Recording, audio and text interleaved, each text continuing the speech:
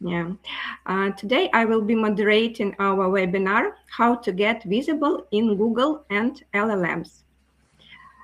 So before we jump to our main part of the webinar, I would like to say that the whole webinar will be recorded. And as you are registered for this webinar, you will get the link for recording after our webinar by email. And what else? If you will have any questions during the webinar, you can write them and we will pick them up and answer. So let's start. Go to our agenda. And our first part of the webinar is zero-click search reality. So Simonas, this question will be for you. Zero-click search is a term for a lot of SEOs. They're using it right now. What is it? What does it mean for businesses? I think it's happening very huge change already some years that publishers and affiliates cannot have the revenue from their websites because of the Google different types of answers in Google search and of AI mode and others, LLMs, chatbots. So when you ask looking for something, then you got the answer straight in your web browser or in your chatbot, and you don't need to go to this website, and this website owner cannot sell you something, cannot put a cookie in your browser, cannot ask you to sign for a newsletter, to watch some video, or to buy the products. And even what Google is talking about now, it's to making purchases already straight in Google, so you will not reach the seller's e-shop. So the businesses needs to change, and all the idea of the internet is changing, because the basic concept was that there's a free content, but we see advertising. That's how internet works. And now it's changing, and we don't know what will happen next.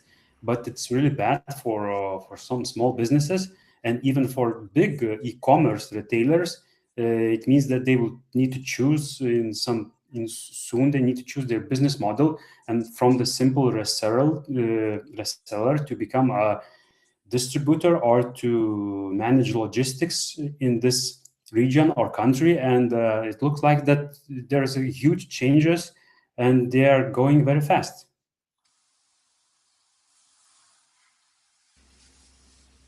Okay, thank you.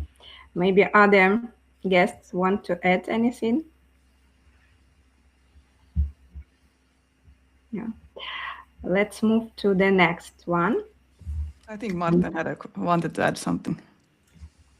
Yeah, I wanted to, is that even though it's a zero-click search, a lot of it is actually coming from informational queries, and it obviously affects transactional queries as well. And even if we don't have clicks, we might still have some visits, but it just come in other ways, which we probably will talk about a little bit later, that we can't really measure. So clicks are dropping, but if they really want to buy from you, they will probably just either type in directly, or somehow they will end up in at your place or your website, because otherwise they can't get the product or service that they actually wanted. But if it's informational, like doing research and everything, I think I agree with Simonas, and also what we are actually seeing from the statistics is that a huge drop in traffic, because AI is doing such a good job helping with research and answering these questions immediately. So this is kind of like my input. And I would like to add also that now we don't know what's happening. Like earlier, we were tracking the keywords, the volume, but now we don't see the decision made in, for example, ChatGPT. So we see the referral traffic, the person came and bought, but we don't know how research and how many prompts he wrote and how much research he did prior to buying. And that's the big gap. And I hope soon we will have some studies to this, because like in more than 10 years ago, Google introduced zero moment of truth. So before going to the supermarket or watching TV ad, you are going to Google to check about the product or service, and only then you are do buying. So there was additional step in decision making. So I think now we are in a similar situation as it was presented that time. So additional step is changing the buyer's behavior. So for us, for marketers, for SEOs, it's one more place to track, to see what's happening, to read studies and to make studies and experiment. Yeah, and it's a very interesting time to be alive. And the good news is that even though we don't really know how to track it that well, everybody's in the same situation. So I think this is currently one of the main issues each and every company is either trying to figure out or should try to figure out. And it was so like, well, we already said it maybe, but it was so easy before, like you just need to rank in Google and like you will see when you get the clicks. But now it's not only about like ranking in Google, it's more about getting your brand visible where the searches are. Yeah, it's not only in Google, but also in these AI tools. Yeah, it's almost like SEOs need to become marketers, isn't it? Yeah. So you are saying the same, that I'm thinking that SEO is finally back to marketing. Now in SEO conferences, we speak about branding, about social media. So SEO went somewhere out of marketing, and now it's back in classical Kotler theory books. Now it's still part of the marketing mix and complex that we need to do. Yeah, agree. Okay. Yeah, from my perspective, one point that I want to mention that about these traffic drops. I see also traffic drops on websites, e-commerce websites, which more specifies on the blog content. Yes, TOEFL content, and there's also a lot of websites which specifies more on buyer side keywords. Yes, transactional and so on. And I'm not seeing so huge drop. To be honest, the drop is like 5% at all, like organic traffic. It's nothing. Yes, maybe it's seasonal or something like this. But yeah, if you focus on this blog or top of the funnel content, yeah, it's it's not the best times. Yeah. Okay, thank you, guys. I will move to the next part, types of AI answers. And Katarina, can you please explain us what types of AI answers exist, what platforms, and how can the answer look like? And maybe you can explain the difference in being cited as a source or being mentioned. Yeah, so of course we have all these different tools, ChatGPT, Perplexity, Claude, and in Google we have AI overviews and AI mode. And I believe they came to Estonia AI mode like not so long ago either. But it's basically like a summary of the answer and also maybe trying to give the user the next step. But I would maybe like to roughly categorize these into like 2 different groups. And one of them are like these how-to questions and answers, where the goal is maybe to get your own site to rank and get your own site as a source in the AI, and maybe you will get the click from that to your site. And the second thing is when we have more these like comparison queries and what is the best product or what is the best brand for this question, then it's more about getting your brand mentioned, and like maybe AI mentions a brand, or the competitors, but then it's not necessarily like a link to your website, but it can be a link to the third-party source where like the answer is coming from. So yeah, it's both like getting your content into the AI, and one part is to get your brand into the AI, but you necessarily don't get the clicks from that. So that's how I see it. Mm-hmm. Thank you. Maybe someone has its vision. I think that it really changes the things how we look for the travel cars, and things that we don't want to go to 10 blue links and to read all the content. We want that. So AI search is becoming like the agent-driven search, and you simply don't ask what it is or how much it costs or where to buy it, but you ask to plan something for you, to make a decision for you. So maybe this decision is not always good, but it for you saves time, saves some energy and calories. So we will become more lazy and lazy, and we will trust these large language models. Yeah, So I that's some noticed that small as research. well. Like when we are using these AI tools, like it takes already so much time to, like, for example, if you want to buy a new suitcase, to like go into Google and search yourself. But if you are not that interested, then like you just want the solution. So then you might go and ask ChatGPT and get some suggestions, and then like, yeah, it's a lot faster. Also, those LLMs have a little bit like unfair advantage, because people have always trusted word of mouth and their friends, and because AI feels sometimes like a friend, you ask a question, it gives you answers and treats you nicely and asks you follow-up questions and stuff like that. They're almost like a friend. So what the statistics also show is that LLM traffic seems to convert better, but why it's probably happening is people trust them more. It's almost like word of mouth, and it's already performing better, even though the answers are not that good all the time. Even before the last models was making a lot of mistakes, people don't care. As long as it, like generally speaking, people don't care. As long as it sounds good, I want it, they will buy it. So even if LLM makes mistakes, we already see this happening where people are becoming lazy and just trust whatever LLMs say. But obviously, it's expected that those models are going to get better and better and actually are going to give you good answers. So I think this affects people more, that they don't bother to check anymore themselves or validate the answers from LLMs. Yeah, agree with you.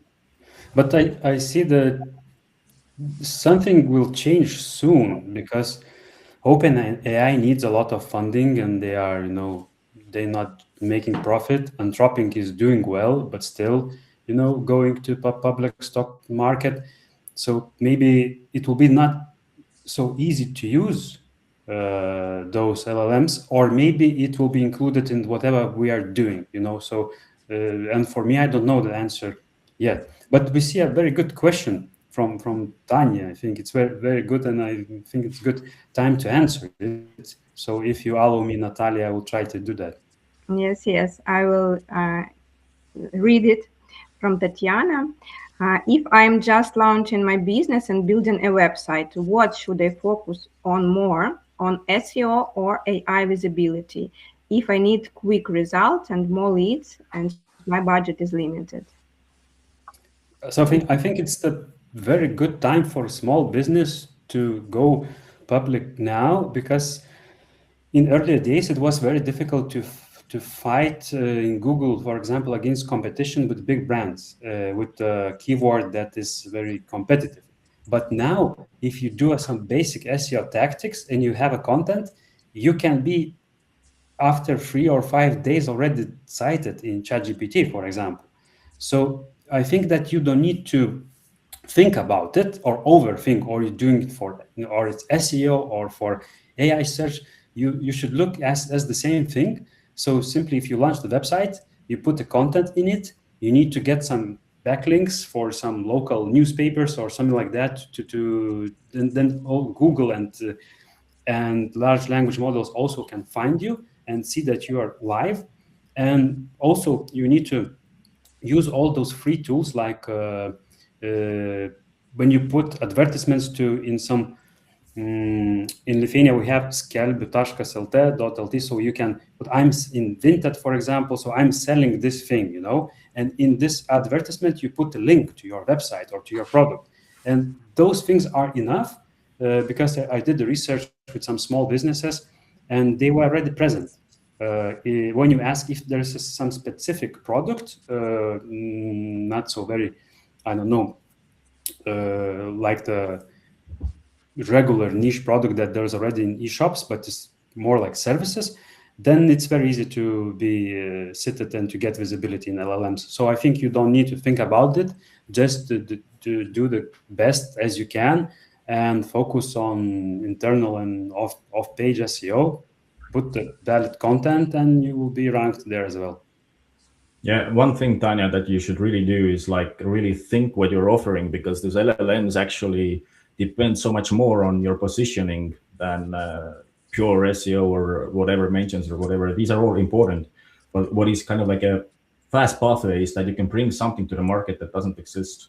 For example, my own SEO website is also totally unoptimized. It doesn't have links or anything, but LLMs often cite me as the go-to person in Estonia for international projects, because none of my competitors wrote this on their website, basically.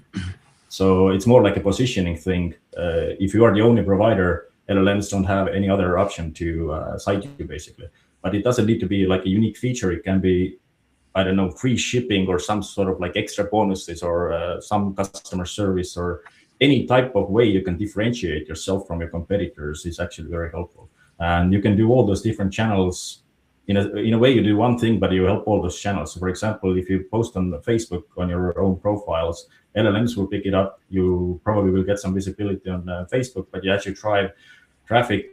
And if you increase the visibility, you start getting branded searches. This setups a good fundamental. Is it fundamental? Yeah, basically a fundamental core to later also be very successful in regular SEO results.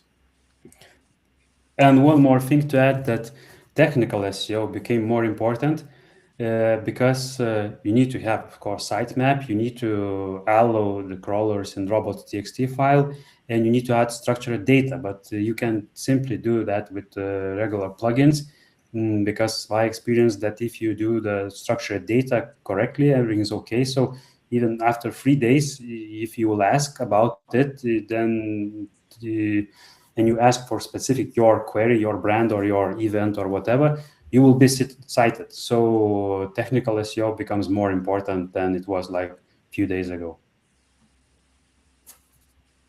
Yeah, my suggestion also is focus on your ICPs first, yes, and I don't know, understand their 5 pain points and start to build out your SEO AI strategy, whatever, on these pain points. Check what's coming up and in LLMs, what's coming up in Google search, and after this you understand what exactly you need to do. Like you have action plan, or how we can call it. So yeah. I have also a short comment about schema markup. Schema markup was actually developed by Google and Yahoo like years and years ago, schema.org. And Google has been also supporting the so-called search gallery, where you can see different items that it supports for schema and stuff like that. And I think it's currently happening the same stuff with LLMs that happened with Google. So people were adding schema, seeing results, and thought that schema is doing the effect. But the schema effect has always been making your content easier to understand. So now the question is, did they not understand the content previously? Schema helped them understand it, and it helps. If it was already understandable before, then it probably doesn't help, because there are also studies where schema has had a very low correlation. But I think it's not that schema doesn't help at all. It's because in the study, the websites that ended up being in the study were already popular brands, and those LLMs spent more resources understanding what they're about. So it's almost like this alias game. If I've given you 5 clues already that, oh, it's a rodent, it's not a rat, it's smaller, it's gray, it's cheese, then I don't need to tell you that, I don't know, it starts with M. You already know what I'm talking about. I think some similar effect is happening, and that's why we're seeing in some of the studies that just like schema doesn't help, at the same time, we know for sure that schema is more easier for the machines to read. So definitely, I would add it, and then nowadays it's so easy to add it. But if you want fast results, then I think you need to go with Facebook ads and Google ads, and to be seen in the first day. So then you need to put some money in PPC, then your SEO strategy will work. But in the beginning, and there's also free channels, so you can use the Facebook groups and so on to post your content and products. So there is many ways, because SEO will not give you the fast result that you need for small business to stay alive. So you still need to find your leads pipeline and to create it with as low cost as possible, but you need to test all those things. So it's not a silver bullet, SEO and AI search. And with a new business with a limited budget, as the question said, I would actually use FFF, family, friends, and fools first. Get them to be your clients, ask for reviews, and get some sort of traction, and then do everything else after you have kind of like exhausted your first FFF.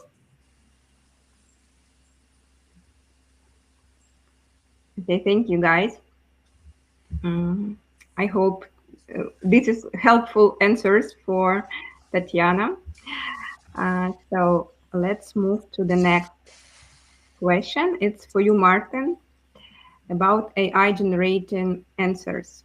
Sometimes it does a real-time search, yeah, when you put the question, and sometimes it just answers immediately.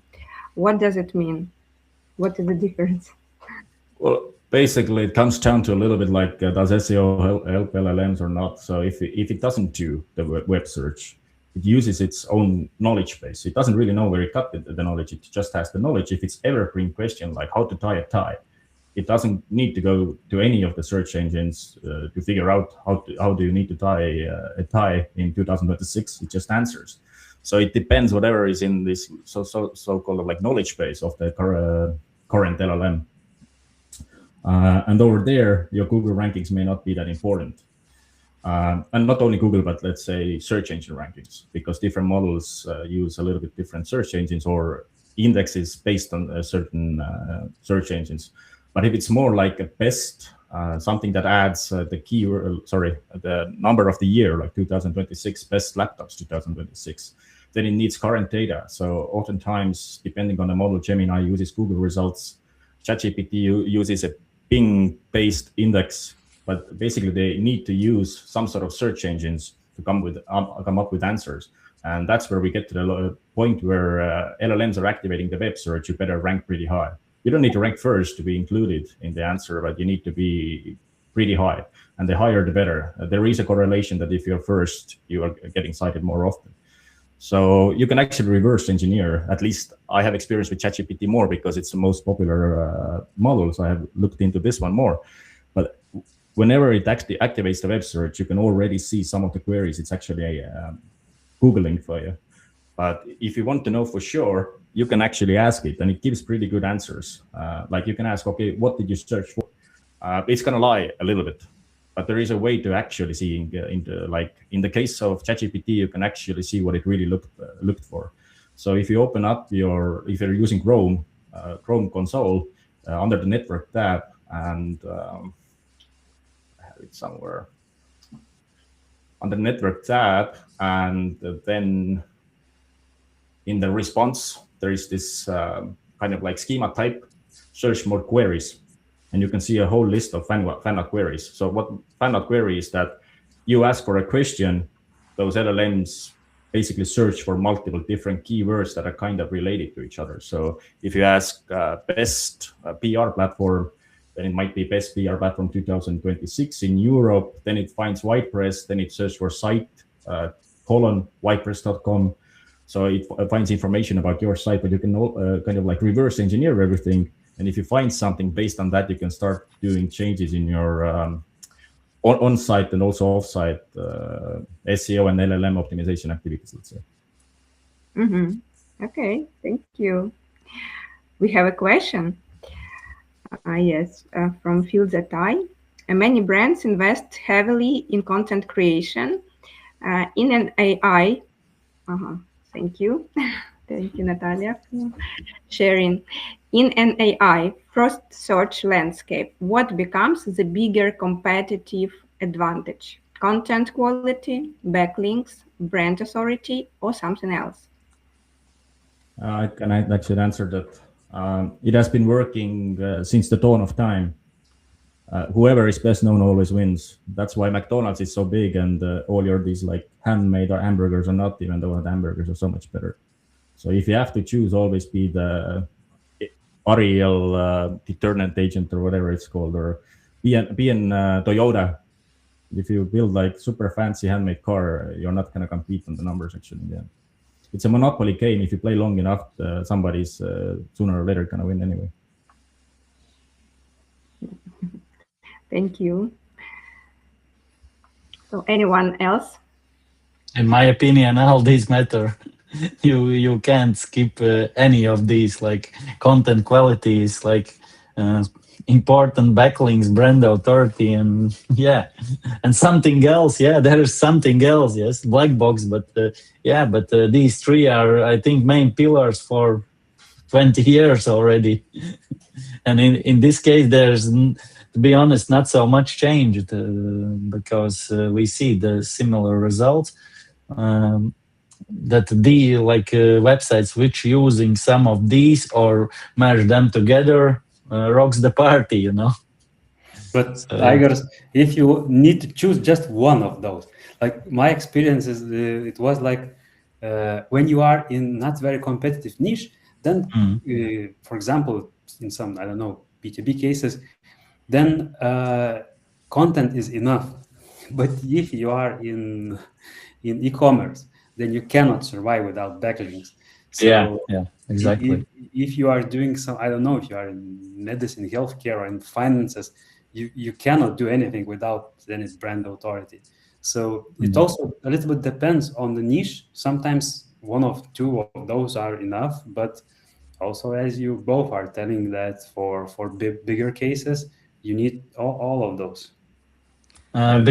Because from my perspective, how I view this out, I ran a lot of tests before, and I tried websites where I published this, I don't know, helpful or how we can call content. It's, I don't know, 5 years ago, without AI, without anything, just publish like informational based content and do the similar on the other website. But there I build the links to this website. And this website with the backlinks grow 10x faster than this, which is only with the content. So I think if you want to scale, or want to see some I don't know, positive results in the shorter time frame, backlinks I think is must have. Yeah, at least some to build some authority. They're definitely kind of like must have if you want quick results and everything. But if you look at the big picture, what is happening with Google, I'm not talking about recently, but what has been the trend in the past 10 years and so forth. Just if you had good content and backlinks, a lot of those sites got hit. And then SEOs and affiliates are angry that Google prefers big brands. But the question is, it's an 80-20 thing. Oftentimes, the best 80% of best results come from the 20% of websites. So you basically can cut your costs down by looking at those big ones first, try to get an answer. If the answer is good, you use them. And only if you don't find an answer from those websites, you basically make the pool a little bit larger. So the brand is kind of like constantly getting more emphasis, and not the brand as such, oh, I have a brand. But in SEO, it's brand searches, but also getting traffic from referrals and everything. But if we are thinking it a little bit in the future, as I said, and real world results as well, the one who is most known always wins. It's the same, like even in marketing, not mentioning any names. But if you want to be recommended as a very good SEO, you need to have a very popular YouTube channel, not spend a lot of time in the trenches and actually being very good at SEO. The perceived value is the one that wins, not the real value. I have one example. We were working with one project, maybe, I don't know, 2 or 3 years. It was old content, the same content. It was old website. So we made a new website, but the content moved there from old one. So content is the same. And this customer was eager only to buying backlinks and not in updating the content, nothing. And it wasn't quite competitive field, but in Lithuanian language. So we need to, when we speak about things, it's so different in English queries and in local languages, because it totally works differently. So the case was that we were buying backlinks every month. And this project are still in the top 10 in SERP. But it moved, like in 3 years, it moved from first to third position to 8, 9, something like that. But it was only just backlinks. So we were trying to convince this customer that we need to also improve the content, because all the competitors will outcome you and things like that. But thing is that backlinks are working, but maybe in further the time they work a little bit less. if you don't do other things, if you're doing just that. But still, it works. Yeah. In this case. This is how Google at first won the search, right? Alta Vista was actually dominating, but Alta Vista was totally content-based rankings. But as more and more ways to evaluate if the result is actually good, then 100% needs to get smaller. If there was one, let's say, metric that you were using, now you had the second one, then the maximum can be like 99.99 something, but if we divide them equally, it would be 50%. So if you have like 2,000 factors, then obviously none of them can be 100% anymore. And I think this is what is happening, where Google is also using LLM capabilities more to evaluate content. So the older proven algorithm signals are actually losing a little bit ground in terms of percentages, but they're still part of the core algorithm. Thank you. Thank you. I see a few more questions, but they are connected with our next parts of our webinar. So let's come back to them a bit later. And now I want to start this part about website structure. Yeah, and Simonas, please. How should you structure your website so that AI will more likely pick you as a source in AI answers? So we a little bit covered the technical SEO things that are important in earlier discussion, but what I see that it's quite important to put the most important content on the top and to answer the query straight away, not to answer it in the end of the page. So it must be, the answer must be on the top. Of course, it's still very important to use a keyword in the beginning of your sentences, in the headline, in your page title. So all those SEO bases are still very valid and more important. But what I see that for LLMs, you simply need to add more words close to your services or products or your brand. So you need to repeat more what you do and what you are, and it's not enough to tell that we are doing this. So I see that simply putting the text is and keywords in your content, it's making you more visible in AI search. And of course, to do the easy retrieving content and a little bit more richer content, add some tables, add some researches, sources. So you are making for the LLM chatbot, you are doing easier to retrieve this information, and they need to spend less tokens on crawling your website. And if you don't put too many design elements that is impossible to read for LLMs, then it will be easier. And of course, the server response time is important. You need to also check if it's working well, because those who will have a better websites will win.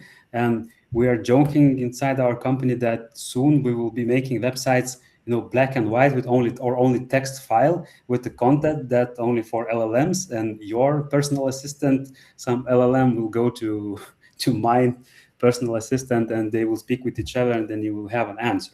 So what I see at the moment, of course, I believe it will change, and more factors will be added to improve the content quality. But now you can manipulate and tell anything what you want, and for example, ChatGPT will show it, your answer. So it's simply text and technical base, and answer the query in the beginning of your content piece. So I think that's my opinion. I could add to this as well. Yeah, it's important, everything you said, that it needs to be like direct answer and like cut the fluff out of it. But you can also like have a look at your meta description and even try to put the answer straight in there, and also in the title if it's possible. So nice cat. Yeah. Yeah. But like make your content simple to understand and be as direct as possible. Thank you. Thank you for your answers. And next one is also technical. If your site is built on JavaScript, what does that mean for AI crawlability, and what should you do about it? I believe that it's very important because Google already know how to do it, but I think for crawlers it costs more resources, more money to crawl it. So I believe that for the most LLMs, if your content is not readable, they will not cite you. So it's good to check simply in Chrome browser to turn off the JavaScript and to see how your website looks. And if you will improve it, it will be not so difficult. I think, to change a little bit, then it will be better, and you will have more chances to be cited. So I think this is quite important because, like, now I'm experimenting with automated SEO audits with Claude Code, and I see that if there is sometimes those agents don't see it's eShop with products and prices, but it recommends you that you need to add the product and prices. So it means that they simply cannot read this, or they are too lazy, or they are like hallucinating a little bit. But also had the recent situation that page was loading a little bit too long, and that's why the audit gave me the answer that those links are not working. They are 404 error, but it's not true. It's simply the timeout loading was too long. So that's why you cannot trust those answers so easily. But it shows that for the LLMs, it's not so easy to understand the real thing in your website. So we need to do it as simple as possible, and the technical things comes back because Google already knows how to do it. Maybe it don't want to do all the time, but for the bigger websites, for the bigger queries, it will run those algorithms.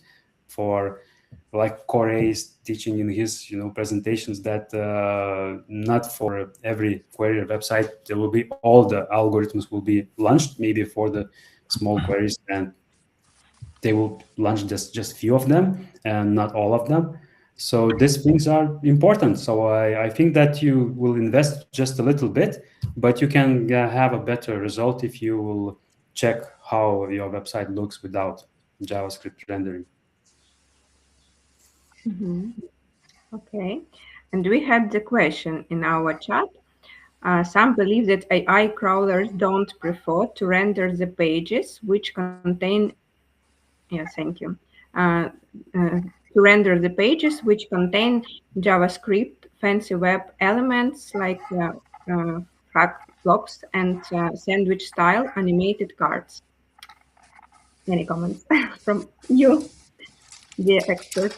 I mean, this is pretty much what Simonas just said. They're not that good currently, and even if they can do it, it's still better to make it cheaper for them. So if whenever possible, render on server side and serve as clean code as possible. And you cannot build data centers and to have all the world's electricity only for chatbot, so let's make their job easier, and that correlates with what I said a little bit earlier, that it looks like future websites don't need any design. I agree on that. I don't even see why we need websites. It would be better if they just communicated via MD files directly in API and everything. But like even with LLMs and without Google and everything, those visual elements, animations, GIFs, and everything, they have also always been a problem on the CRO side as well. It takes longer to load. People think that the website looks cool, but you actually lose the main message that is supposed to convince your user to buy. They distract attention, and it also loads slower. All of these things can affect the CRO as well. And if you look at the CRO based some studies or research, then usually the cooler websites convert worse. Yeah. So graphic designers will kill us for this discussion.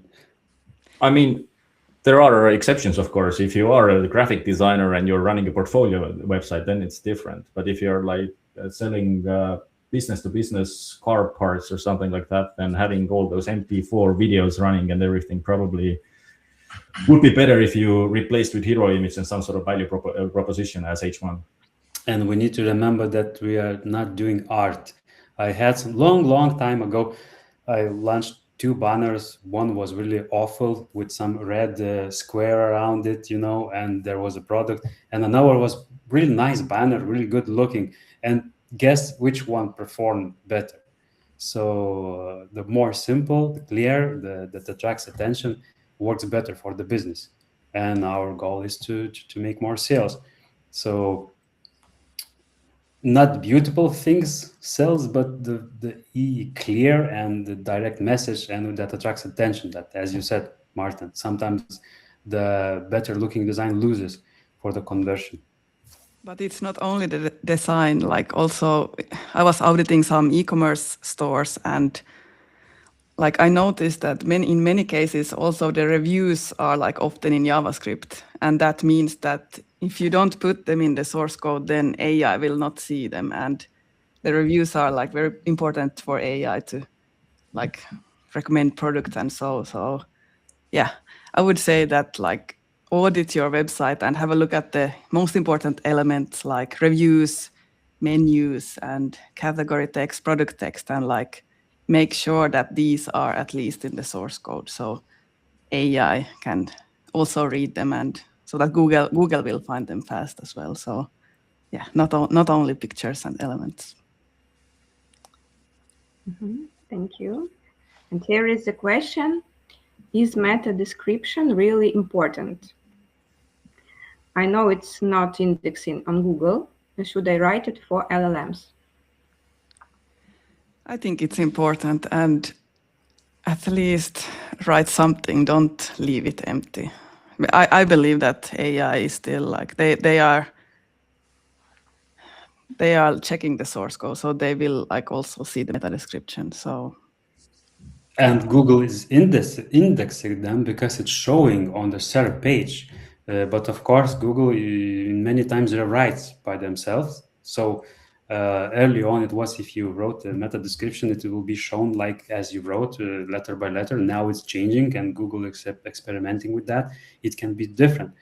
But it's not for all queries and all websites. So still, meta description improves your CTR. If it's more clear, like remember yourself the last search that you did in the Google, you see blue links, but you see the description below. And if the keyword is there, if you see that some unique selling point or something, they will have a better price or faster, I don't know, shipment or more better quality services, then it's more chance that you will click it.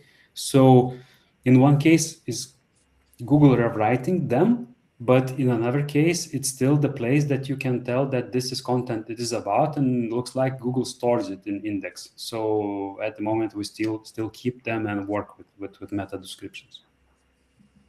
Yeah, of course, same here. You cannot create like if you have 200,000 products, you need to write all the meta descriptions. You will not do that, but at least for the those top selling products or most important pages, I think it's the best way to use a copywriter and to make good descriptions.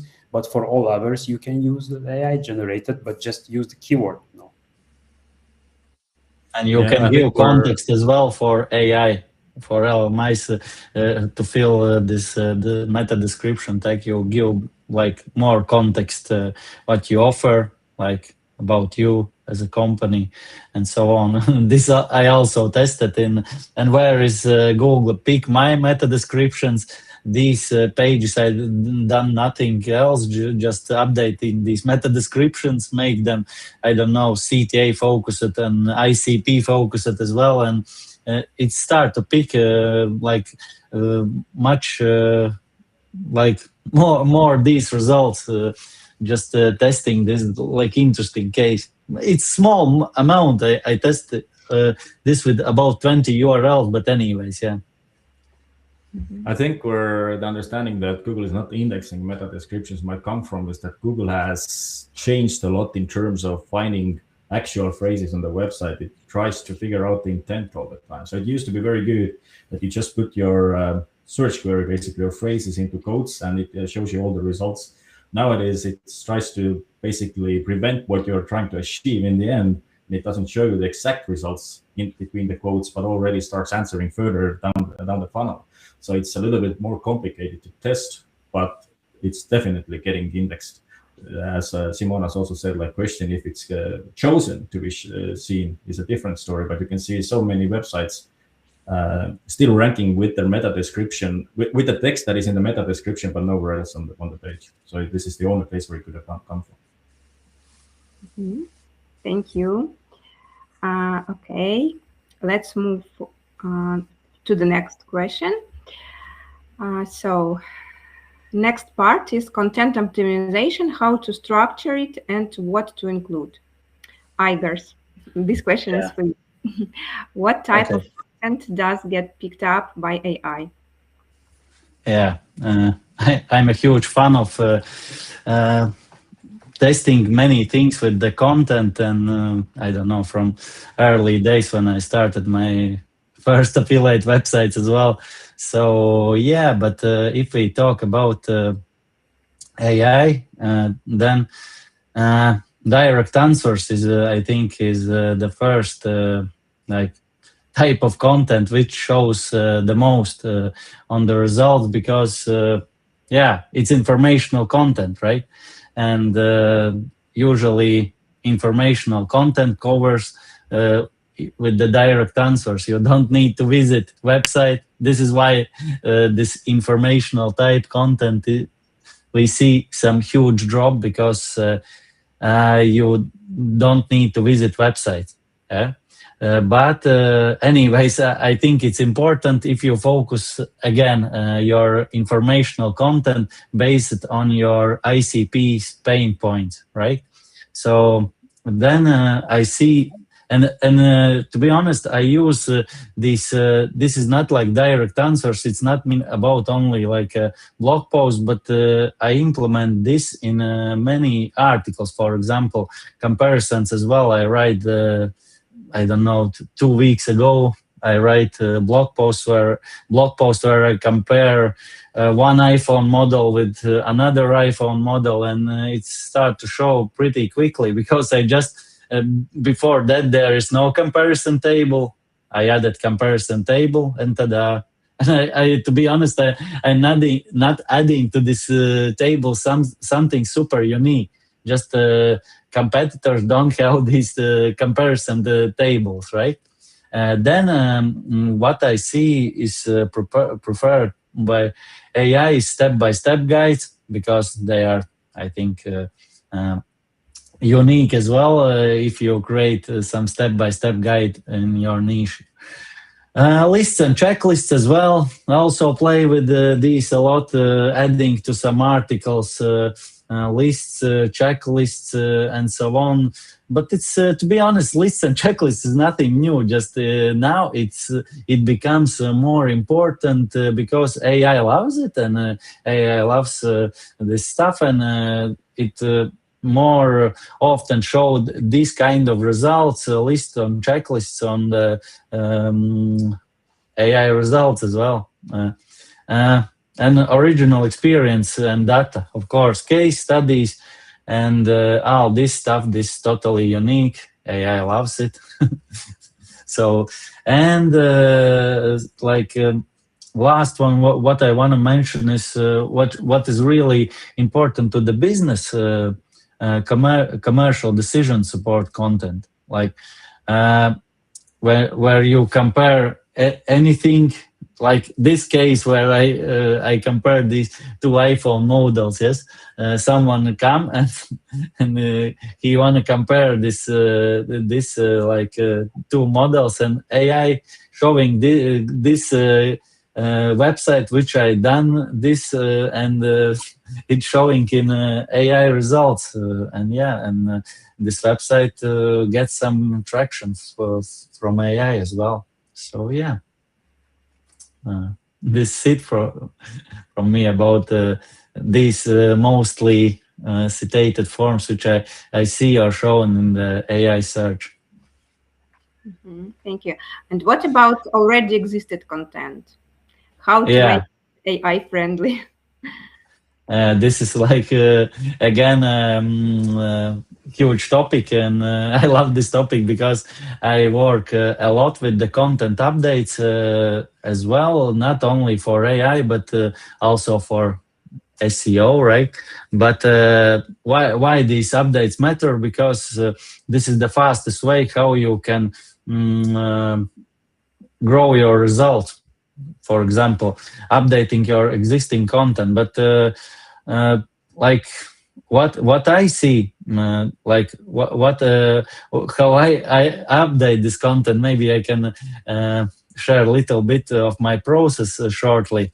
I usually check nothing like fancy. You just need Google Search Console. You check rank positions, high impressions, blah blah blah, all this stuff, and you focus on buyer intent articles or guides, and then I make, or how it generate, from this buyer type keywords. I generate questions which they can ask to LLMI systems.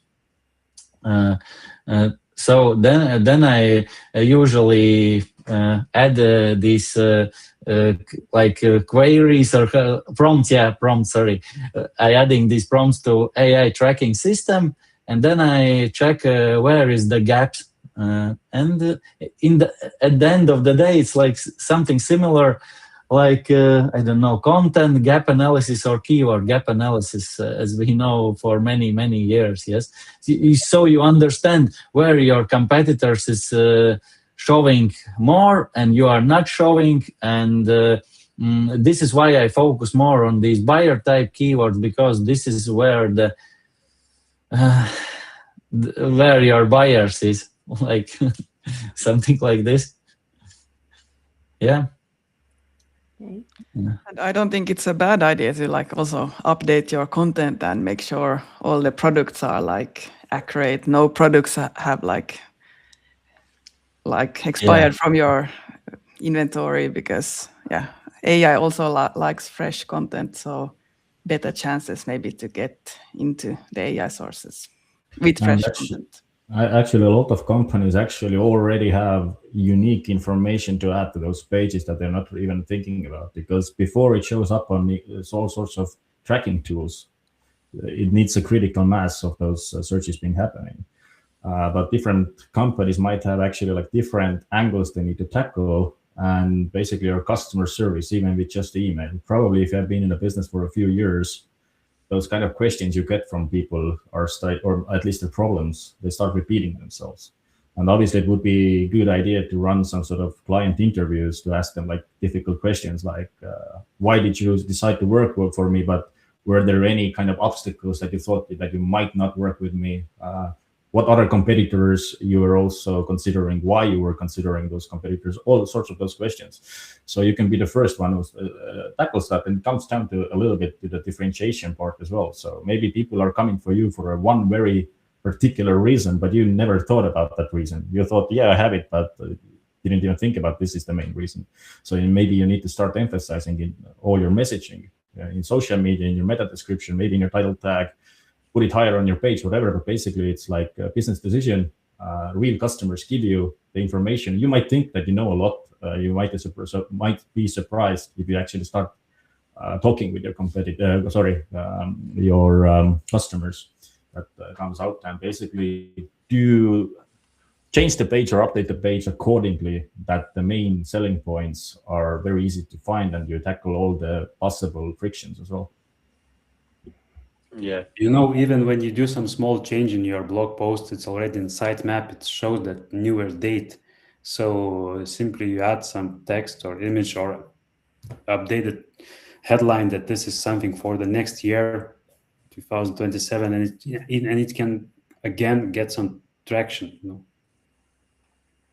I can't remember exactly where I saw it, but I think it might have been another Google leak or some API documents or something, but basically they were classifiers for evaluating if the page content has changed or not. And then there were like different elements, but basically the strongest element to change, and it had like over 40% impact, I think, was just by changing your SEO title. And even without LLMs, I've been using it aggressively for several years. This was actually one of my secrets why I was able to rank in Spanish and Mexican markets for loans for almost all the keyword variations. There were so many keyword variations, and my competitors decided to launch like 400 pages to tackle each and every variation. But obviously they got hit by Google with it. So instead what I did, I kept swapping out the SEO title with different variations. Once I started ranking, because the intent was all the same, were all of them. So once I got the rankings for one of them, or like a group of them, I just get the SEO title live for like 2 weeks, then I changed it out for another one. And oftentimes what I saw is that even if I lost the previous ranking, let's say from 1st to 2nd position, I managed to bring a new variation from 9th to the 1st position. So it just by changing the SEO title. And I think it's something similar till nowadays, basically. Thank you. Here is a question from Tatiana. I see some product articles with reviews published behind a paywall on news websites. Are they still beneficial for SEO and AI visibility? I can answer that. So we discussed schema markup before. There is a specific schema markup for paywall content. So it depends if the news website has actually installed it or not. So if they have, they can actually, Google can still see the content. This would be the most legit way to do it. Some other companies are doing it differently. They might get hit by Google at some point, but basically they are showing Googlebots different content that they are showing you as a regular user. But this is considered cloaking. But if you do the schema version, then Google specifically set it up for legal, well, not legal, but basically their accepted way of cloaking. So you can check basically if it renders in rich results test, this page, and the part where your product is mentioned, if this renders in rich results test, then it's taken into account. If Google can see it, then it's not taken into account. But what's really working still, it's the listicles. You can do the listicle in your own website, or you can put the products in some blog post that mentions a lot of products, and it's still be cited quite a lot. So this thing still works. Yeah, and even if you want to make it more neutral, then you can put this listicle in some third party like website as well, and you just need to understand that AI loves this website, and the AI citating some of their previous articles, and this is how you make it more neutral, because in companies' websites, maybe it depends on niche, of course. It depends on niche. Thank you. Let's move to the next part. AI created content. We have also some questions about that. Does it hurt? And Marten, if you create content with AI to your site, does it hurt for Google and AI, or should you avoid AI-generated content? Before I answer, I have a public service announcement that I'm in Estonia, and a missile alarm might start because we have a nationwide test today, but I'll try to answer it before it starts. So I think you can't really blame the tool. So if you're able to build a house only with a saw, and you don't need a hammer for it, then do it. But it's very unlikely that you can do it only with a saw. It's probably better to at some point use a hammer as well. And I think it's the same stuff with AI content. I have examples where we just created pure AI content, launched it 3 years ago with not as capable models as we have nowadays, and they're still ranking very well. But the thing is, those pages are for a very popular product category, but we are different on the market, so we are the source of original information. If we were just email, like if we were e-com store selling the same iPhone everybody else is selling, the others are giving like real user reviews and stuff like that, all those elements, and you just copy pasted either or rewrote the manufacturer's product description with AI, probably wouldn't work as well. But I think the main issue why people are getting bad results with AI created content is that there is actually no new information. There is no information gained in that content. You just click the button, AI basically rehashes whatever it's out there, and that's why you don't see the results. And also mass launching pages is a problem. Google wants content from basically human first. If the human reads it, does it get value? But if you're launching 20,000 pages per day, how much quality control can be in it? So the way I do it, if it's my affiliate sites, we sometimes still launch pure AI. If it's more like an important project, branded business clients and everything, we try to collect some unique information, then we write it with AI, and then a human will improve it later on if they have something to improve. Especially if you're not working in English languages, oftentimes AI still uses some weird impressions or weird phrases that kind of are logical, but at the same time, nobody's talking that way. And sometimes still some silly mistakes. For example, we were working with a clothing store, and there was an information that you first need to define your body type and look at your kind of like side view of your body. But it translated as user account because the word it tried to translate was profile. So not a profile view, but a profile as user account. So you will get hit if you're not producing any value. If you're producing value, I think AI alone is not a reason to get hit.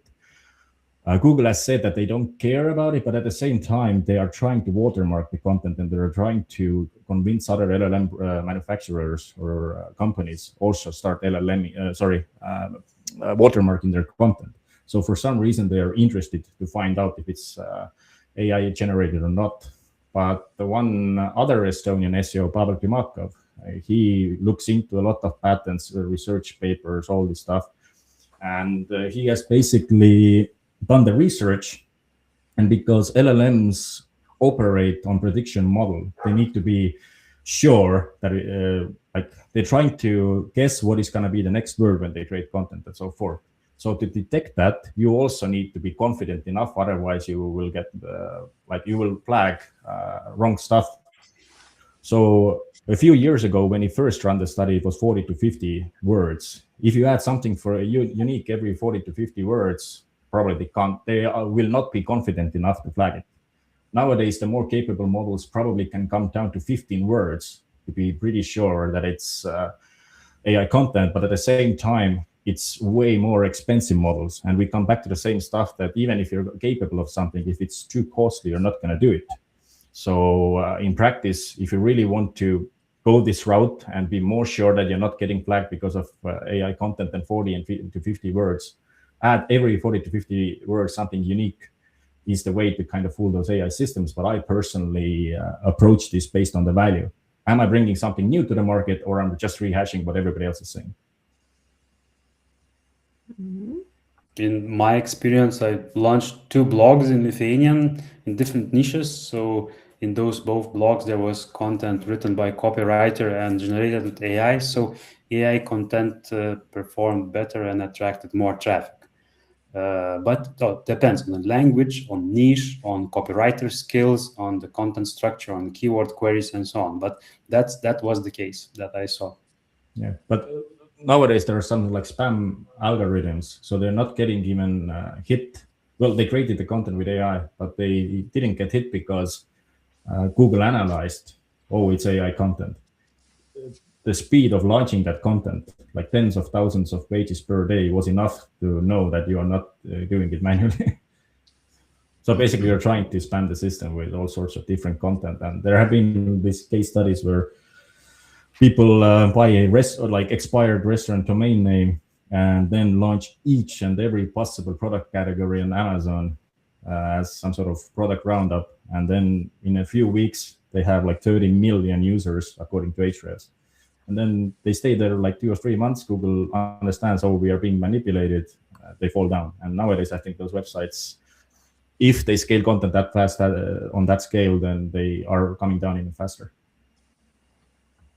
Yeah, I have exactly the story about what you, Marten, tell. That I also tested when ChatGPT first launched. I tested there is one tool that do all stuff automated. So you give ton of keywords, you connect your WordPress website.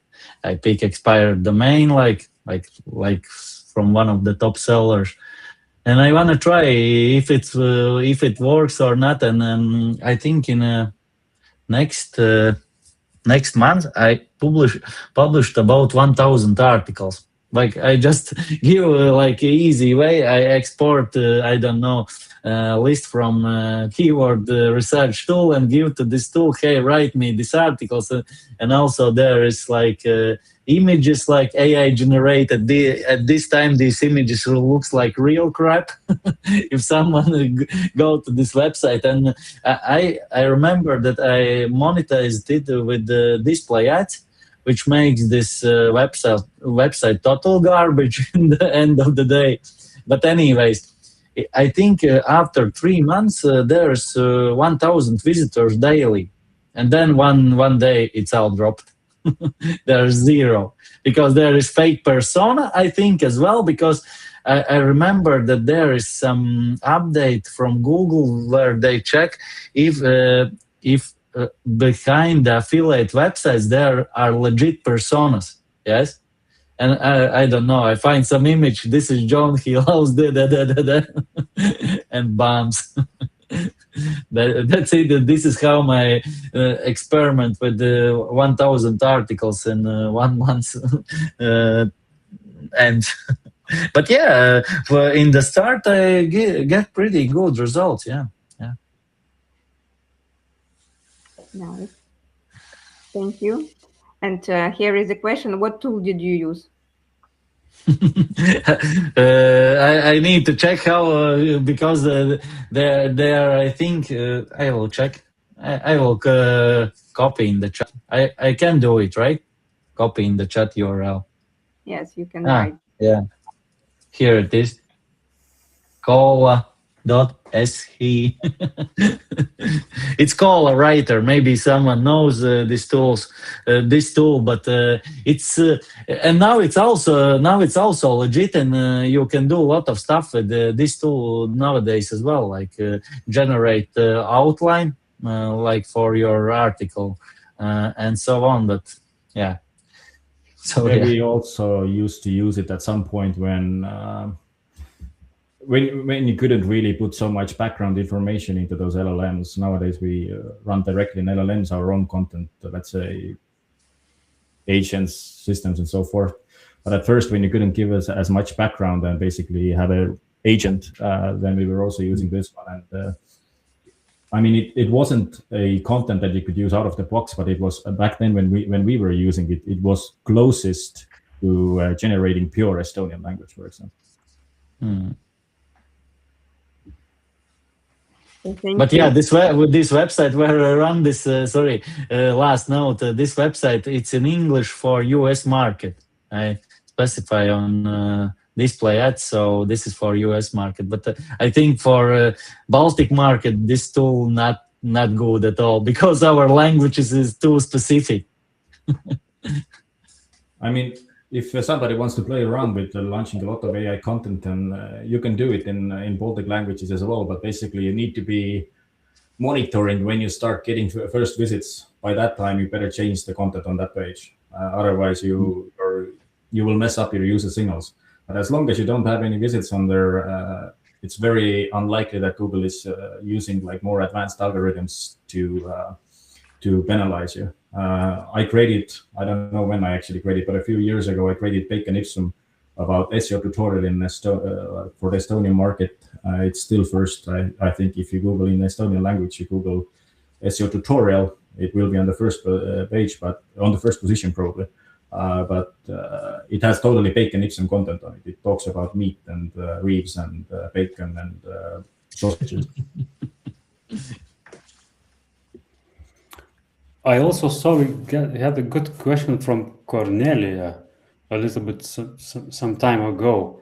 I think we can touch the topic of how to track AI visibility, and this one. Yeah, this one. I wanted to read it a bit later when we have this topic about measuring. Because next question we want to talk about is building links and brand mentions. And I would like to ask Katarina, what is the difference between a backlink and a brand mention, and what matters for AI visibility and what matters for Google? Well, first of all, like both matters, at least for Google, but let's take the difference first. Well, brand mention is when your brand is mentioned on some other site, but there is no link to your site, and backlink is a backlink. But for LLMs, I mean, we know that backlinks are important for Google, but for LLMs, it's maybe not so important. It's more important than that the brand mention is there. And not only the brand mention, but also what is being said about the brand, because when your brand is mentioned on different places on the website and the AI crawlers find it when they are talking about your topic, then AI will also learn that, okay, this brand is often mentioned in this context, and then they will repeat what is being said. So that's the thing with brand mentions. Thank you. And Marten, do links still matter, or have brand mentions taken over as a more important signal? What do you think? I know it's not polite to answer a question with a question, but why choose? So when you're building links, you can actually have the mentions inside the anchor text and have the link at the same time as well. And then it doesn't matter which models actually use which one, because you have both in place. But to answer the question more directly, then mentions definitely haven't replaced backlinks. Backlinks are actually more powerful than mentions are, for a simple reason. Because search engines such as Google mainly uses backlinks and anchor text to rank the results, and some of them, as we already discussed, also end up in LLM answers. LLMs purely, of course, work on the mentions, but the problem, not even a problem, but why links are more important, is that Google is so much more popular than LLMs are, even till nowadays. So I don't know the exact percentages, but I think at least, I know that in the beginning of June, ChatGPT hit 1 billion active monthly users. I think Google is at least 7 times bigger or something like that. Just the other day, we get to analytics probably a little bit later, but some of the studies say that on average 1 to 2% of referral traffic is actually coming from LLMs. Google is more like 60 or something. But obviously it doesn't show the whole picture because, as we discussed before, just because you're not getting the clicks doesn't mean that the funnel wasn't affected. And a very good way to do it is you use self-attribution. When the transaction happens, you ask the person, how did you end up here? And over there, LLMs were on the 4th position. Guess what was first? Google. So just for the same reason that Google is still the market leader in terms of driving traffic and revenue and conversions and so forth, not only SEO, but paid ads included, then whatever is more important for Google is more important currently. And in Estonian, we have this saying that don't throw your old coat into a well before you have a new one. And ideally, just because you're planning to buy a winter jacket, don't throw away your summer jacket. So you can have both. And this is how I would actually approach all this marketing stuff, is that wherever your customers are, try to be there as well. If you can't do all the channels, be in the most important one. Currently, if you're choosing between Google and LLMs, still Google comes first. Thank you. Anyone wants to add something? So let's move to the next part. Analytics, what and how to measure. And here we can, by the way, read this question also from the participant. And the first question we want to discuss is, what are the difficulties in measuring AI visibility? Maybe Marten, you can start, and then we can read the question. Yeah, the first problem with this AI visibility and tracking conversions and everything, one of them we have mentioned, is that they don't click necessarily, they come in other ways. So even if you have analytics in place, oftentimes you will see your direct maybe shooting up, but you can't really track where it was coming from. It doesn't matter that you can't track at all. You just can't be super precise about it. But you don't need to be precise to see trends happening and making some sort of decisions. So the first step I always do for my clients is actually we set up specific referral-based reports on Google Analytics, because you can see for a part of data, part of traffic, you can see the referral in their basically in browser. Analytics can pick it up. The other one, at least ChatGPT, for example, sometimes adds the UTM tag source. It's ChatGPT. So we start extracting some sort of data that we see, okay, we are actually getting referral traffic from LLMs. The second layer is tracking dimensions and everything. And there are a lot of third-party tools on the market. Some are better than the others, but none of them is ideal. The first group of those tracking tools are running API queries. But there have been tests that when real users use those LLMs, they get quite a different results than API results. The number of links is different and so forth. So the tools that are only API-based, they are probably even less precise. And the little bit better ones, I know that Surfer SEO nowadays, was it Positive Surfer? What they do is they actually have created the accounts and then they scrape the results from there. This is a little bit better, but it's still not precise because different users are getting different answers. And even if they create those accounts, they don't have the same memory inside the chat. So I personally would get different answers than Katarina, for example, if we are using our main chat. The only way how could they could really measure it is doing something illegal, basically tracking each and every user illegally, what where you actually typing and what we saw in there. So these are all correlational tools. But the positive thing what we're seeing is that in February, Bing Webmaster Tools already came out with AI visibility. It's currently beta, but you can already see the URLs that are getting mentions in some of the tools that might be included in the Bing results. They say it's Copilot, Bing, and selected partners. We know OpenAI is a big partner, but they don't say it straight that OpenAI results are also in there. But you see queries and you see the URLs that were getting mentions. And now Google also is launching, it's currently in process, the same stuff in Search Console as well. I know that some people in US already have this data. I personally checked a few of my accounts. I personally didn't find that I already have it, but you start seeing similar stuff. You won't see the clicks again, but you'll see the impressions, you see the pages. If you change something on the page, it creates an opportunity to track if you're getting more impressions now for that page. So nobody tells you that precisely like it used to be that, oh, this query run those click, but we have ways to correlate things and see trends. But overall, how you should measure things, the dark box has always existed. LLMs didn't create the dark box. When people were sharing, for example, URLs in the chats like Messenger or Slack, it already turned out as direct on Google Analytics. But Google Analytics direct isn't direct. It's something we couldn't match to the previous channel because by default, Google Analytics works on the last non-direct basis. And also, if they had visited through SEO before and now went and shared on Facebook, it ended up as organic traffic, which it really wasn't. So black box has always existed. So what you need to do is look at your total cost that you spend on marketing, and then look at the total revenue and profit you're creating from that marketing.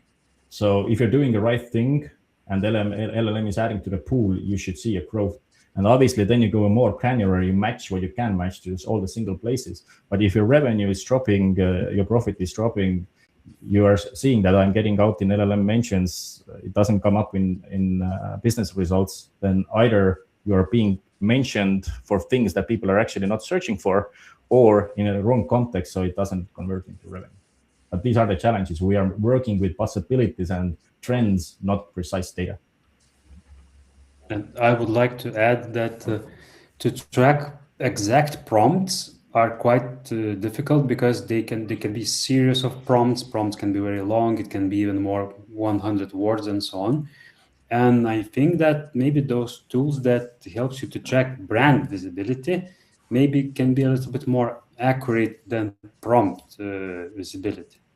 But to combine any tool that's in the market with the things that Marten said, you can have a quite nice view of what's happening. But to add on this, that if you don't see any referral traffic in Google Analytics, maybe it's the good way to get the server log file and to see if the bots, crawler bots, are coming in. Maybe like Cloudflare puts the limitation on robots.txt file and they cannot enter and things like that. So maybe it can be an issue on a hosting level, security issues. So you can check the deeper layer also to understand if it's working for you. Yeah, for sure. Also, when we look at how Bing Webmaster Tools is working and probably how Google Search Console is going to work, it's the same stuff we always in SEO we have talked about search intent. It doesn't matter what kind of phrase you really enter, the results are going to be similar because the intent was the same. The same thing is happening with those prompts. So you might explain your problem differently, but LLM is trying to understand what your problem is. So in Webmaster Tools, we actually see grounded queries. They took your prompt and basically created a query out of it. And if a different prompt matches the same query, then this is the type of data you start seeing. Not each and every prompt separately, this would be crazy. Thank you. So I hope we covered the question with these answers to Cornelia. And let's move to the next. Simonas, we partly, I think, started to say yes. What can and what should we measure when it goes about AI visibility? Maybe you want to add.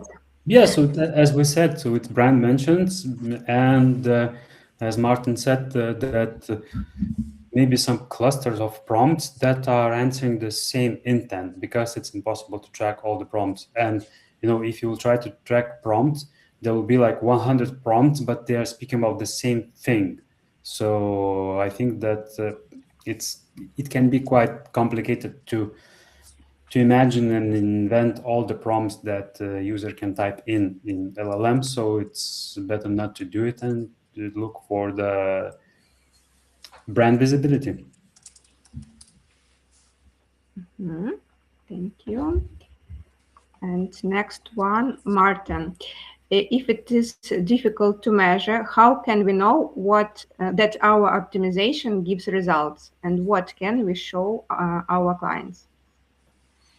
Well, you can show the prompts, and now if Google also releases their result, then you actually have some data to show that more pages are, like, you can compare different periods, more pages are getting cited, we are getting more impressions and stuff like that.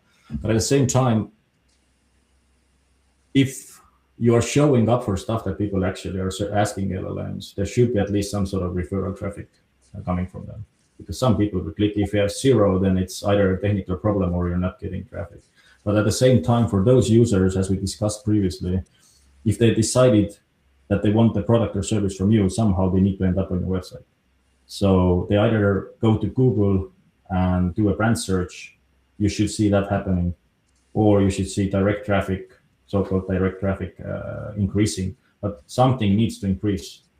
So there are, again, like these indirect ways to measure, and obviously you need to take into consideration what other things we have been doing. So if you run some sort of TV ad at the same time, then you can't say that, oh, our brand search rose so much that we are doing awesome LLM optimization job.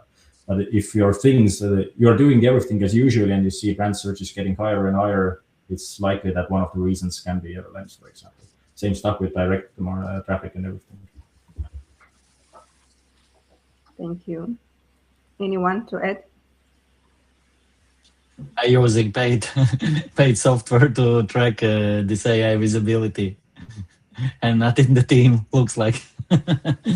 Because I'm not using Bing, these Bing Webmaster tools, but I'm using some paid tools. I tested about 20 paid tools and stopped to one tool now. But you are totally right that for now it's like, I don't know, these tools offer you track 100 prompts. It's nothing, to be honest. And also there is grounded and non-grounded queries where you never be mentioned or show it for your audience because LL might have enough training data, right?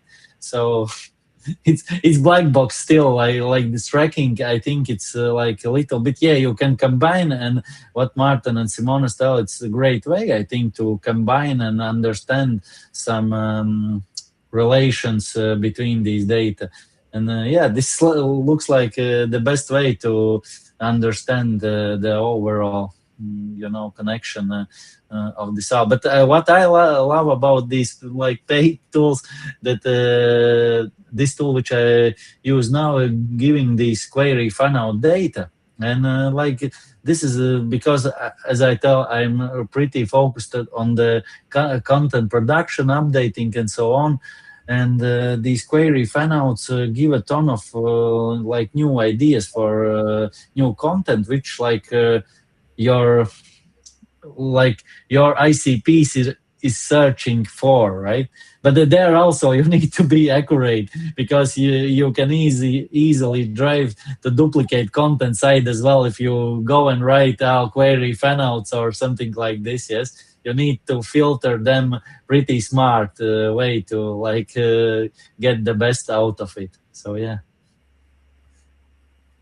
So we were using Profound, but we switched to AI Clicks, Lithuanian company tool, because it's a good way to have a report and to collect at least some data and to discuss with customers. But I think that all good way is coming back to life, that you simply ask your buyers, your customers, where did they learn about you, from where. And I have a case that one B2B company that provides the machinery services, machinery allocating, they had a big order, and they asked know from where they come.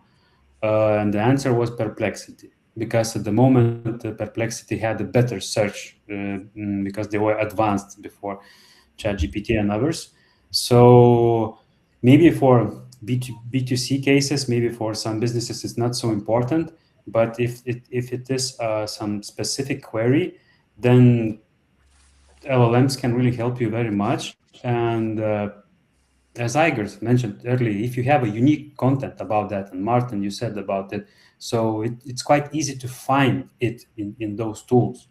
And if you have some niche services, worldwide services, so those tools can be for you one of the most, channels to sell your services. Yeah, another thing, for example, when some insurance, for example, client which you work with in insurance niche, he write by themselves something in ChatGPT, and there are 5 competitors of there are mentioned, and they are not there. They sending you print screen why we are not there. This is the way they explore that they are not there, and they start to panic. Yeah, what's happened? Yeah, so yeah, I also think that nowadays each and every company almost, maybe if it's like e-com store with very cheap products, like selling mass products, they don't need it as much. But if it's more expensive product or it's business to business, then self-attribution reveals so much more. Because as I said, like this attribution problem is actually not LLM created, it has always existed. So even before LLMs, you look at like analytics funnels or some other methods, how to track different sessions, how the customer is coming in. It was almost never one session, one channel. Person found you and then suddenly convert. It was multiple channels overriding sessions because they were researching, and then the final channel suddenly converts, and you think that, oh, this is the channel that drove the conversion, but that actually contributed to the conversion. Then is the question like, okay, but maybe the discovery channel is actually more important, not the final one, or maybe some middle one. And there have been so many different models where, like, do we attribute everything to the last click? Do we attribute most of it to the first click? Do we have some sort of decay that first channel is more important than the second channel? But none of them are very good. They all have their limitations, and basically the total picture whole picture still stays kind of hazy. So this self-attribution that you actually ask your client and what they remember they found it from, this actually has helped a lot of businesses to get a clearer picture. And also in some tests, I know that some companies have been running, they saw that Facebook is almost always in the funnel, but drives very little final conversions as last click.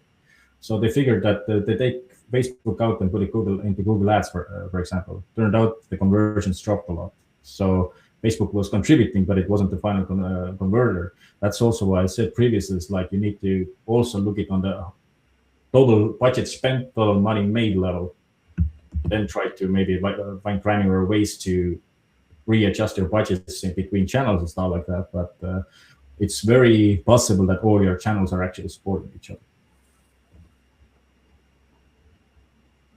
Okay. Thank you. And we have one question from Cornelia, but it is connected with previous topics about Google Analytics. And she was asking, why are you using Google Analytics? It no longer shows data of website visitors who have opted out of cookies. It no longer shows how many actual sales were made, and other statistics are distorted as well. Yeah, simple reason. I mostly work with where I even need to use Google Analytics where I can. Like we keep away from Google's services with our affiliate projects, but mostly client projects, because this is the client selected tool, and this is mostly what we are using. But this cookie problem is not a Google Analytics problem. It's a legislation problem. So whenever you are using some other software that collects this without accepting cookies, if your visitors are coming from the European Union, then you're doing it illegally. It's not a Google Analytics thingy. It's European Union legislation, GDPR and whatnot. There are ways around it with Google Analytics as well if you really want to. But it's not a tech problem. It's a legislation problem. But also the server-side tracking can help a little bit, and also if you have a lot of visitors, then Google modulates data. So that's the best what we have now for free, I think so. Of course, it's not so reliable as it was before, but maybe it was the, just image that it was reliable, because when user come from different devices, different sessions, and it's not so easy to track it. Yeah, but it's the same stuff as they do, for example, health studies, how they measure public opinion and stuff like that. You need a critical amount of people, and the percentage, how accurate it is, if you use the same result on a bigger number of people, is going to be like a few percentage. So, for example, you have a test group of 10,000 people, you give them vodka and everybody gets drunk, then you can be pretty sure that it's vodka that is making people drunk. You don't need to test 8 billion people for that.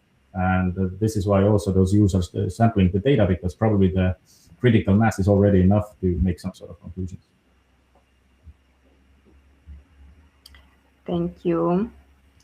And let's move to the next point, our case studies. Simonas, what can you tell us? So I already covered one B2B case, and another is when we launched our SEO conference website and we put the structured data in it. So after 3 days, Google AI mode and AI overview was already telling the answers me about this conference. And ChatGPT also, after maybe 5 or 6 days, I asked to compare with other conferences, and I saw the answers, and it was the same words that I written in it. So basically, you can be cited quite fast if you put unique content and if you add structured data.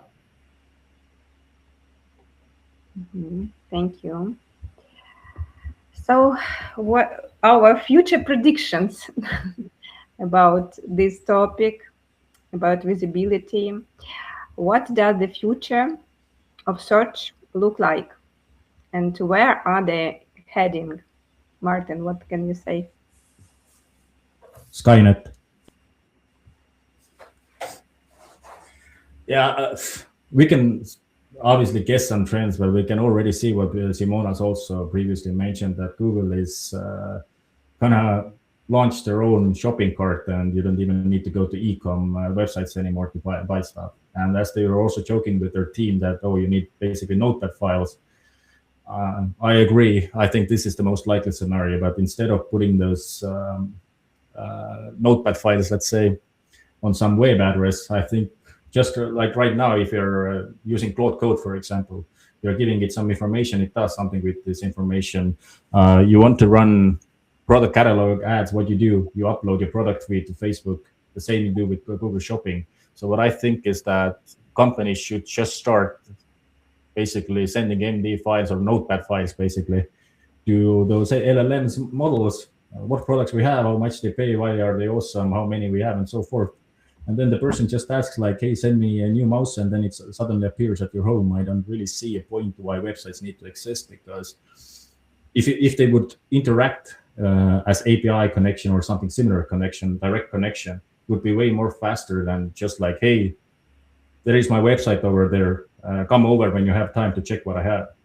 Instead, you just push what you have directly to the system, and the system evaluates like, okay, you are offering this slightly blue color. Nobody else is offering that.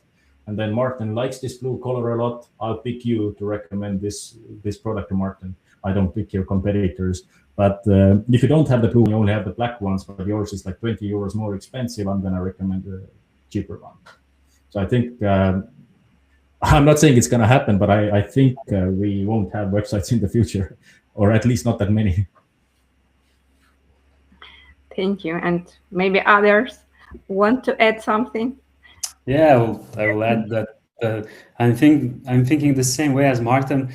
Because now I'm already doing it, that you use AI agent to do things for you. So you simply ask with your voice to, I don't know, put a shopping list of groceries, and this agent will go to a shop that you prefer, to put the list, and you simply allow it to buy and to access your account. So in this case, this e-commerce site don't need any design, anything, just to correct data about the products and everything. So when the voice search was introduced, people thought that, oh, it will change everything. But voice search, it was not so convenient, because it only gives you one answer, but it cannot do anything further with it. And now agents are really changing it. So like 1 or 2 years ago, those LLM tools were quite simple. They made a lot of errors, and you were not able to trust them. But now, this year shows a totally different thing, and we are doing more and more and more things with agents. So I think maybe like 10-20% of population will start using those things, but then they will start to change the economy, and other mass of population will go the same way, because the trends are already here.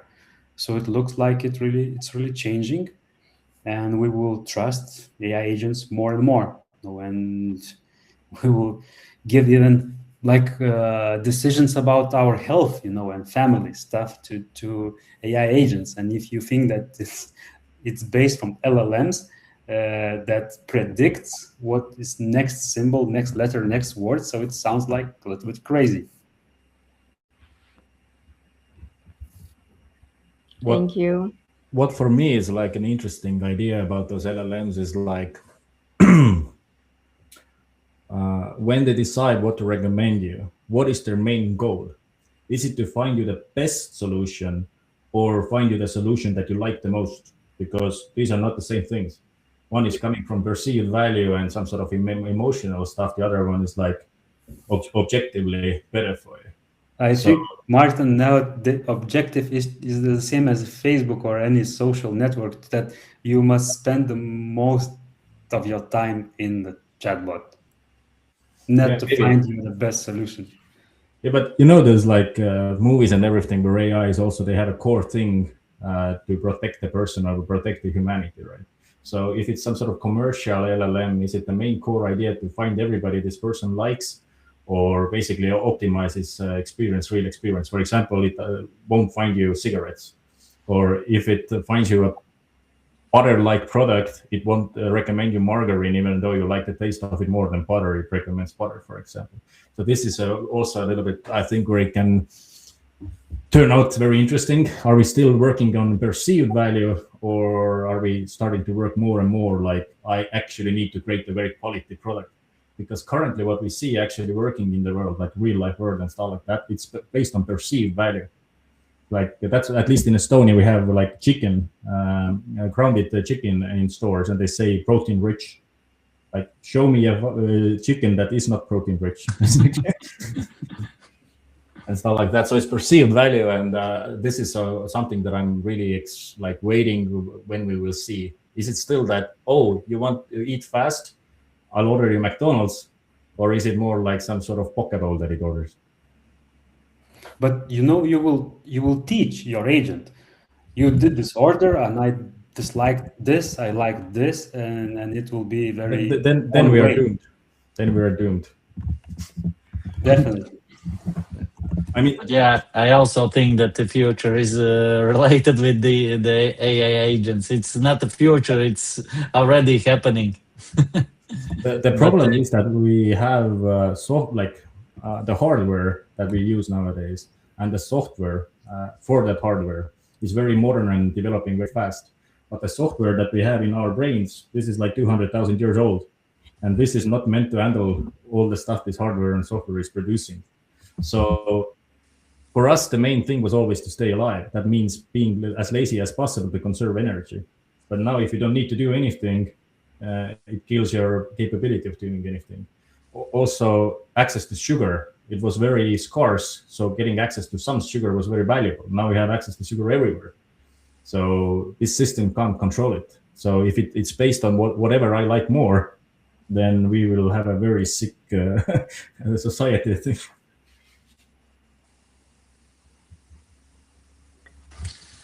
So, well, any information to add? Maybe Katarina? I have been on mute. I have been waiting for the missile, that alarm that never came. But no, I think we have covered the topics quite well. Let's do another webinar with more, with the next topics. This is our first one, so wait for next information about our next Baltic webinar. So we hope to cover new interesting topics. Thank you all for attendance, for being here and watching our webinar. And as I mentioned in the chat, everyone will receive email with the link to the webinar. So you can see it, watch it once again. And if you have any questions, of course, you can subscribe our social media and you can write directly. You can ask more questions to experts.